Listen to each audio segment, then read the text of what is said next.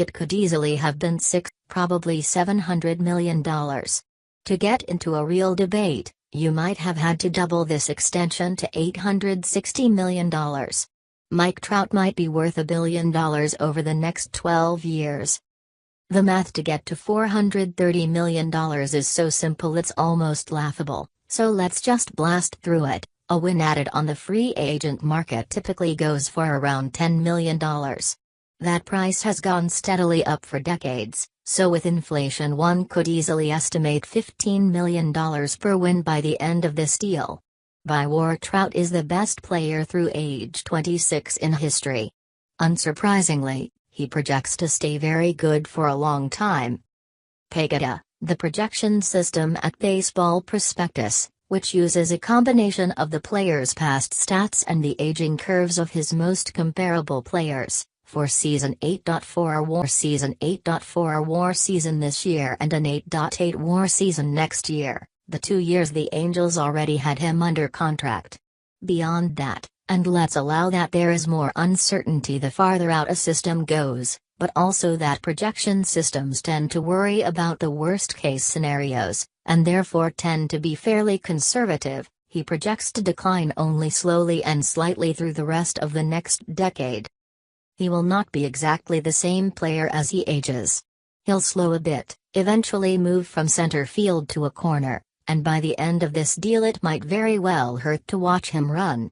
But he's got elite strength, elite plate discipline, an elite ability to make adjustments, and he starts with such a broad, athletic, speedy skill set he'll age happily into different types of MVP seasons. Editor's Picks. 5 reasons $430 million man Mike Trout can win a World Series with Angels. The best player of his generation just got the biggest contract in sports history, but is he sacrificing his shot at October glory by staying in Anaheim? From Trout to Pujols, inside MLB's aging curve. We know MLB players peak in their 20s and decline in their 30s. What happens in between? Millions of tiny changes to their bodies and minds that are nothing short of remarkable. Which of baseball's most unbreakable records might actually get broken in 2019? 74 home runs? 384 strikeouts? A 57-game hitting streak? History could be made this year, but some standards are more attainable than others. The median MVP season, incidentally, is around 7.5 WAR, so he'll project to be the MVP frontrunner for the next 5 years and an MVP candidate all 5 years after that, after which Paykata's 10-year projections quit being helpful. A 6.2 WAR season would represent Palmolider's career high, so through 2028 he'll still be playing around the peak of a Hall of Fame caliber player. He'll be only 36. And he's been consistently well above the peak of a Hall of Fame caliber player so far. If he drops by a win per year after that, an all-star still at 37 and 38, league average by 40, out of the league around 42, then in the next 12 years he'll project to 85 WAR, or 68 WAR over the extra 10 years the Angels just locked down. At $10 million per win, those 85 WAR are $850 million. With conservative expectations for salary inflation, just over $1 billion. Or, considering just the final 10 years, he'd be worth something near $850 million, plus the $66.5 million he was already owed for the next 2 seasons. Double this contract extension and it'd still be about right. You don't have to go along with all of those conclusions to say this is a huge bargain. But, you might say, how could it be such a bargain if this is what the market has yielded? The answer is a little counterintuitive, and what Russell Carlton, formerly of Baseball Prospectus, now of the New York Mets, has called the Guinness effect. In short, the very best players in baseball don't get paid what they're worth. There are no $60 million players, even though there are lots of 6-win players. Because instead of obeying the laws of economics, we suddenly shift over to a cultural norm for determining prices for players. Owners don't want to pay dramatically more for a player than anybody else is getting, because it looks reckless and might cause resentment among other owners. Players might not even want to get such a headline contract, because it puts a target on them among fans, many of whom have traditionally been unkind to players making too much money to play a kid's game. So, instead, we see the best players ask for long contracts. That's how you end up with veteran stars who are underpaid during their peaks but overpaid at the back end of their contracts. E:60, Mike Trout. ESPN goes behind the scenes for an in-depth profile of MLB's best player. Watch. Golney, Untold Mike Trout stories from those who know him best.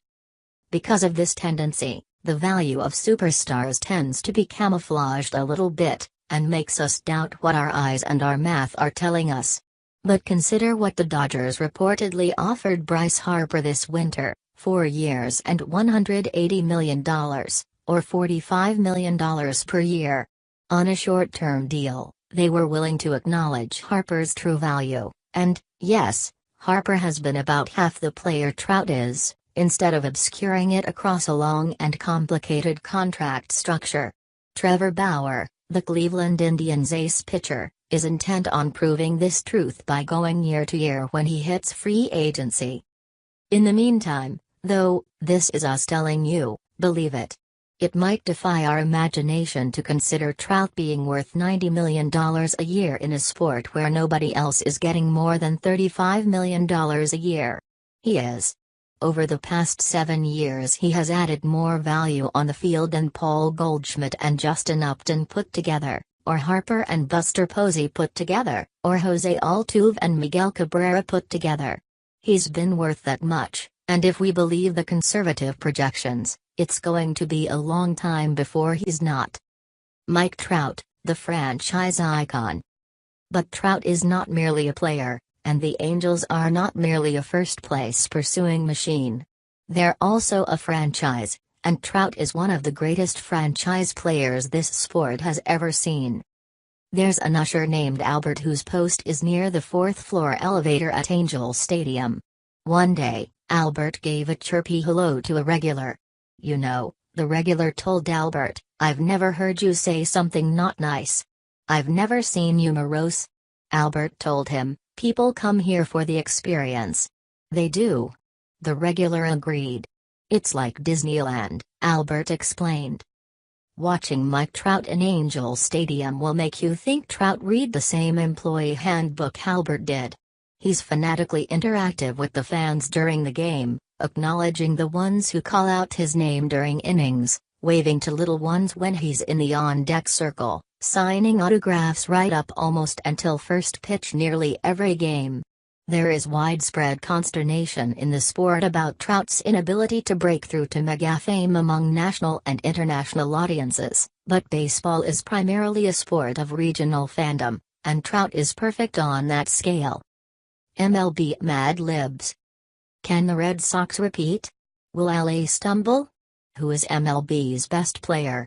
Pinch hit on this fill-in-the-blanks 2019 baseball forecast, but will have the last word. Play the game. He's made it this far into his career without a whiff of scandal, or even drama. Know what Angels fans moan about when it comes to Trout? Basically nothing, but here's one fan complaining that Trout doesn't sprint out to his position. He doesn't sprint out to his position in part because he's such an amiable, social person that he talks to umpires, teammates, even security guards on his way out. The way this contract extension came together, no ultimatums, no public threats or complaints, is a continuation of that no-drama career. Remember, before this extension he signed a 6-year extension in 2014 that, while it would eventually make him the highest-paid player in the game, seemed way below what he'd have made going through the combative arbitration process year to year. And before that, he signed for slot as an Angels draft pick. The story of that signing was told in Sports Illustrated. About a week after the draft, Jeff Trout called Eddie Bain. "Can we just get this done?" Jeff asked. "I need to get him out of the house and back on the baseball field, because he's driving us crazy." Within a month, the Angels had signed him, for his slot suggested bonus of $1.215 million. This isn't to suggest there's anything noble about a player passing up his full earning potential, or being combative in contract talks. Those who want to should, with no guilt. Unionized baseball players fought and sacrificed to guarantee their professional descendants would have those rights. But Trout has regularly made the decision that his career priorities also include being in a place where he's comfortable, being in a situation that is mutually beneficial for him and his franchise, and traveling through his career without picking up enemies. The union fought for that right, too, the right for Trout to do what's best for him, to use his leverage in whatever way makes him happy and strengthens his legacy. Mike Trout will break records in an Angels uniform. He has the 8th most home runs through age 26 in history, almost 100 more than Barry Bonds had and 21 more than Hank Aaron had. He has the 23rd most hits, almost 300 more than Pete Rose had. He has the 9th most runs, 61 more than career record holder Rickey Henderson had. He has the most WAR, more already than dozens of Hall of Famers had in their entire careers. And if this contract, or the next one, carries him through the end of his career, he'll quite possibly have the greatest one-team career ever. Stan Musial played every game of his career with the Cardinals and produced 128 WAR, the most ever by a position player who didn't change teams. Trout is halfway there. If Payday is right, he'll pass Musial by the penultimate year of this deal. Is there a price you can put on having Stan Musial in your franchise lore? Maybe. Maybe not, though, and if you do it's certainly above $430 million. At a certain point, owners all need to ask themselves what they're doing, and if the answer doesn't have room for Mike Trout at almost any price, then they should get out of the way and let somebody who actually loves this game take over. Don't let the size of this contract mislead you. This was about the easiest decision the Angels have ever had to make. As reported by ESPN's Jeff Passan on Tuesday, the Los Angeles Angels are closing in on a 12-year contract extension worth at least $430 million with outfielder Mike Trout, setting the all-time mark for both the largest contract, passing Bryce Harper's $330 million deal from a few weeks ago, and the greatest average annual contract value in baseball history.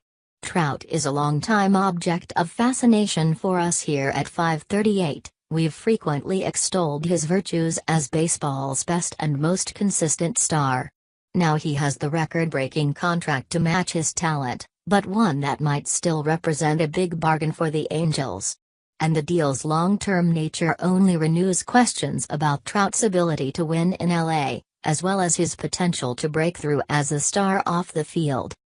At first glance, about $36 million per year seems like a tremendous deal for the Angels. According to Fangraph's estimated market values based on wins above replacement, WAR, a player with Trout's 2018 production should have been worth about $79 million last season. That's nothing new for Trout. Fangraphs estimates that he was worth $55 million, in 70% of a full season, in 2017, $78 million in 2016 and $74 million in 2016. So if Trout continues his recent pace, the Angels will basically be paying him half of what he'd be worth on the open market over the next few seasons. Of course, Trout is also 27 this year, traditionally the age at which baseball players peak. Trout's new deal will take him through 2030, his age 38 season.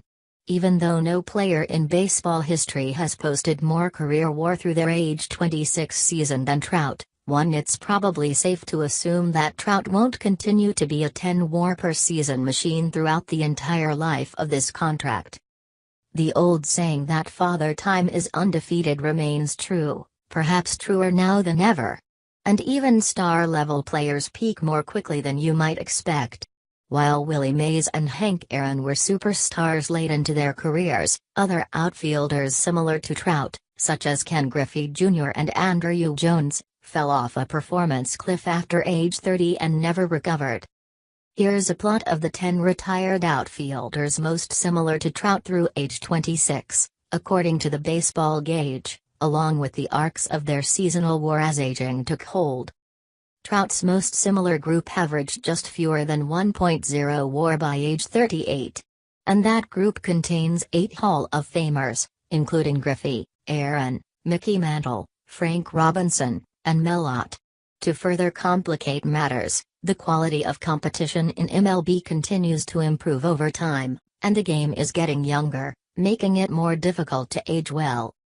However, if one WAR is worth $8 million in 2019, and that value inflates by 3% per season, for the first 5 seasons, the average of Trout's comparable group would be worth about $450 million from age 27 through age 38. And it bears mentioning that Trout has accumulated 48% more WAR through age 26 than his comparable group of all-time legends. Yes, Trout is good. So Trout seems like a very good bet to deliver more value to the Angels than they're paying him for in this contract, even if some of the assumptions above are more player-friendly than the current state of baseball's economics. While many MLB mega contracts end up looking bad in retrospect, this Trout deal might be the rare one that delivers positive surplus value for the team. Either way, with no opt-outs in the deal and a full no-trade clause, Trout and the Angels are committed to each other for the long haul. If Trout is interested in winning World Series rings, he took a risk in remaining in Anaheim. He has never won a playoff game with the Angels even while establishing himself as the game's best player. As great as Trout has been, even the best player cannot do it alone, particularly not in baseball, which is a weak-link sport that is less dependent on star talent than other sports. But in some ways, the Angels' outlook is improving for the second act of the Trout era. Albert Pujols' albatross of a contract is coming off the books after the 2021 season, $28 million in present-day dead money the Angels can allocate elsewhere. The Angels entered Tuesday with $28 million committed in 2022 salaries, ranking 18th in baseball despite playing in the sport's number 2 market in Los Angeles. The MLB average is $35.2 million committed in 2022, according to Spotrac. So should the Angels want to compete in the market for high-end free agent talent in coming years, like, say, Mookie Betts, free agency ETA 2021, or Francisco Lindor, free agency ETA 2022-3, they will have the flexibility and purchasing power to do so. Perhaps most important for the club's long-term prospects is the productivity of its farm system. For much of Trout's tenure with the Angels, the club had one of the worst farm systems in baseball. The Angels' system ranked last in baseball in 2014, 2016 and 2017, according to Baseball America. That's begun to change. The Angels hired Billy Epler to lead their front office after the 2015 season. They improved to 14th in the rankings in 2018 and 13th this spring. Outfielder Jo Adell, LA's first-round pick in 2017, has quickly become one of the game's elite prospects, while starter Griffin Canning, a second-round pick in 2017, gives the Angels a second top 100 prospect. And help from the farm is not too far away. 8 of the top 10 Angels prospects are expected to open in Double-A or higher this spring. Moreover, if the Angels' top prospect from a year ago, Shohei Ohtani, can become a consistent impact performer as a pitcher and hitter, LA could have 2 star-caliber players in one roster spot. The Angels' biggest long-term issue is that they are in the same division as the Houston Astros, who are on the cutting edge of evaluation and player development. The Astros took home the 2017 World Series trophy, won 103 games a year ago, project to win 99 games again this season according to the 538 model, all while maintaining a farm system that has ranked 5th or better in 3 of the past 4 years. Baseball America ranks the Astros farm system number 5 in the game entering 2019. It will be no easy task to supplant the Astros as kings of the AL West. And if Trout and the Angels can't do that, it will be more difficult for Trout to raise his own profile, which lags well behind what his talent would suggest. Only one baseball player made ESPN's list of the 100 most famous athletes in the world, and it wasn't Trout, it was Bryce Harper at number 99. This contract extension makes Trout very rich, but it also forces him to forfeit the chance to join a more likely World Series contender, and he'll miss out on the spotlight that would have shone on him during his own free agency after the 2020 season. So now the pressure is even greater for the Angels to surround Trout with better talent and build a winner around him. By the end of this contract, he'll have spent 2 full decades with the franchise. It would be a true shame if Trout's next 12 seasons contain as little team success as his first 8 did. Yeah.